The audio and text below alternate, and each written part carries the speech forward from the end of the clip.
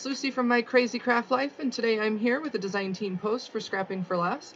Today I'm going to be making this fun fold card, and it is a triple shutter fun fold, and it's really very simple to make. I've wanted to make one for a long time, and I didn't because I was a little nervous about doing it. So you're going to take a 5.5 inch by 12 inch sheet of paper, and you're going to score it at 2 inches, at 4 inches, at 8 inches, and then at 10 inches. And that's going to be all the scoring you do for this. Then you're going to take that same piece and you're going to make cuts in it. Now I'm going to end up flipping my cutter around so you can kind of see where you're going to be doing it. You're going to be doing it between the 2-inch score line and the 10-inch score line, and you're doing it at 1.5 inches on both sides. So you can either do it at 1.5 inches and then at 4 inches, or like on my cutter that I have right there, it actually is a 2 inches on the back side of the cutter, so you can kind of see. Now you can line that little line up right to the 10-inch and the 2-inch mark, so you can see exactly where it's going to be going. Make sure that you have it lined up there. You're going to be marking it at that 1.5 inches from the edge, and then going from the 10-inch score line to the 2-inch score line. And then like on this one, like I said, I'm lining it up on the back half of it, and that's 1.5 inches, and it's going to go again from the 2-inch mark all the way down to the 10-inch mark. And that's going to be cut. So those are your 2 cut lines. You have 4 score lines, and that's your entire card base. Now you're going to start with a mountain fold for the entire thing. The 2 side panel pieces, you're going to go in the opposite direction. So you're going to be doing a valley fold with those 2 on the inside, and then a mountain fold for the second one, and then a valley fold on that last one. Now the center piece, you're going to do the opposite of what you did on the side. So you're going to do a mountain fold and a valley fold.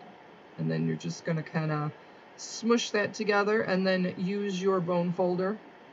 Now this is a great project to use lots of scraps because you need a lot of small pieces, and you can pick so many different things, whatever you want to do and whatever type of scraps you have. I had some that I already cut all of these out so you didn't have to sit there and watch, but I have all the numbers for that. And like I said, you're just going to use your bone folder, and you want to make sure that everything is scored nice and crisp so that it kind of opens and closes easily. Then these are the panels that you're going to need for this card. Now I'm going to run through the back layering panel first with the sizes and numbers, and then I'm going to go for the pattern paper. So the back layering pieces, you'll need 2 at 5.25 inches by 1 3/4, 4 pieces at 1 3/4 by 1 1/4, 2 pieces at 2 1/4 by 1 3/4 inches, 2 at 3 3/4 inches by 1 1/4, and then 1 piece at 3 3/4 inches by 2 1/4. Now the panels for the pattern paper, or the top panel, are going to be 1/4 inch smaller all the way around for all of them. So you're going to need 2 5-inch by 1.5 inch, 4 pieces that are 1.5 inches by 1 inch, 2 pieces that are 2 inches by 1.5 inches, 2 pieces that are 3.5 inches by 1 inch, and 1 piece by the 3.5 inches by 2 inches. And I cut a lot of this out because you don't need to see me adhering all of these down or adding them all on to the different pieces. So, but you're just going to layer up the panels. And like I said, you can use so many scrap pieces to get rid of because you do not need to have matching patterns. These I matched certain parts of it, certain areas of it, and I kept those. The one thing I will tell you that you want to do is make sure as you're doing it, you're looking at the way the pattern goes and you're cutting it in the right directions, or that your patterns match if you are trying to match it up, so that you can make sure that they're doing that. Then the next thing I did here, I'm using some of the ephemera, and I'm just going to make a sentiment strip that says happy birthday, and I use that from the stamp that was part of this collection. I was big into scrapbooking for a long time, so I have a ton of 12-inch square pieces that I have not used in years because I haven't scrapbooked in years. So one, I think it's good to get rid of that. But if you don't have 12-inch paper, you can do this with two pieces, 11.5-inch, but you're going to actually need two separate pieces.